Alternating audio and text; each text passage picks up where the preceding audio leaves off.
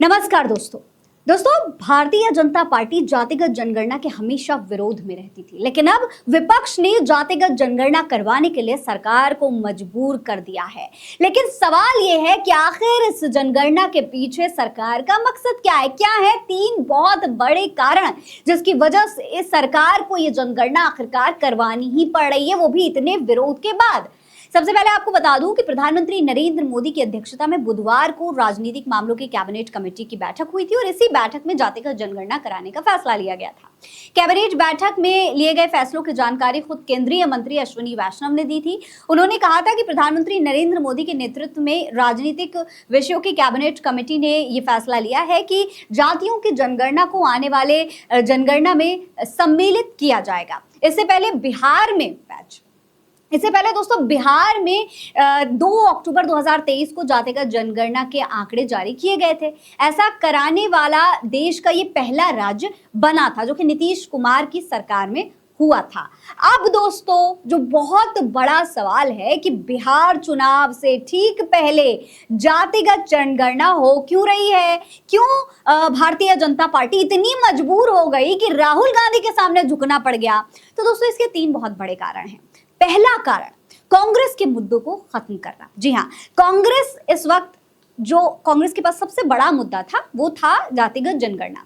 कांग्रेस लगातार भारतीय जनता पार्टी की सरकार को अगर घेर रही थी किसी मुद्दे पर तो वो जातिगत जनगणना का ही मुद्दा था। अब विपक्ष ने सरकार को वो मुद्दा दिया था दोस्तों जिसको उन्हें पूरा करना ही था। ऐसे में अब भारतीय जनता पार्टी की सरकार ने खुद ही जातिगत जनगणना लागू कर दी। मतलब अगर भारतीय जनता पार्टी की सरकार सत्ता से बाहर जाती तो कांग्रेस को ये करना पड़ता, क्योंकि कांग्रेस लगातार इस मुद्दे को उठा रही थी। लेकिन भारतीय जनता पार्टी ने इसे करके पूरी तरीके से कांग्रेस के मुद्दे को खत्म कर दिया। ये भारतीय जनता पार्टी की मंशा थी। दूसरी जो बहुत बड़ा कारण है दोस्तों वो है अपना पिछड़ा वर्ग का वोट शेयर बढ़ाना।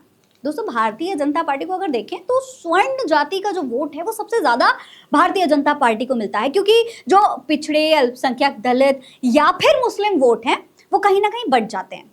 लेकिन इस बार भारतीय जनता पार्टी पूरी तरीके से चाहती है कि जो पिछड़ा वोट बैंक है वो बढ़ जाए और खासतौर पर इसका फायदा भारतीय जनता पार्टी को बिहार में मिलेगा और आने वाले तमाम राज्यों के चुनाव में भी भाजपा को इसका फायदा मिलेगा। सबसे बड़ी बात 2024 के लोकसभा चुनाव में खासतौर पर यूपी और बिहार में बीजेपी का गैर यादव ओबीसी वोट शेयर कम हुआ था। इसे वापस हासिल करना भारतीय जनता पार्टी का इस वक्त सबसे बड़ा एजेंडा है। तीसरी बहुत बड़ी जो वजह है दोस्तों इस जातिगत जनगणना को लागू करने की वो है बिहार चुनाव में नए मुद्दों की तलाश। जी हां, इस फैसले से बीजेपी को बिहार चुनाव में पिछड़े वर्ग के वोटों को टारगेट करने में बहुत ज्यादा आसानी होने वाली है। जिस तरीके से लगातार नीतीश कुमार की अगर इमेज की बात करें तो वो तो खराब हुई ही है बिहार में, लेकिन अब उसको किसी न किसी तरीके से किसी एक नए मुद्दे के साथ, किसी नए एजेंडे के साथ एक बार फिर से उभारना है।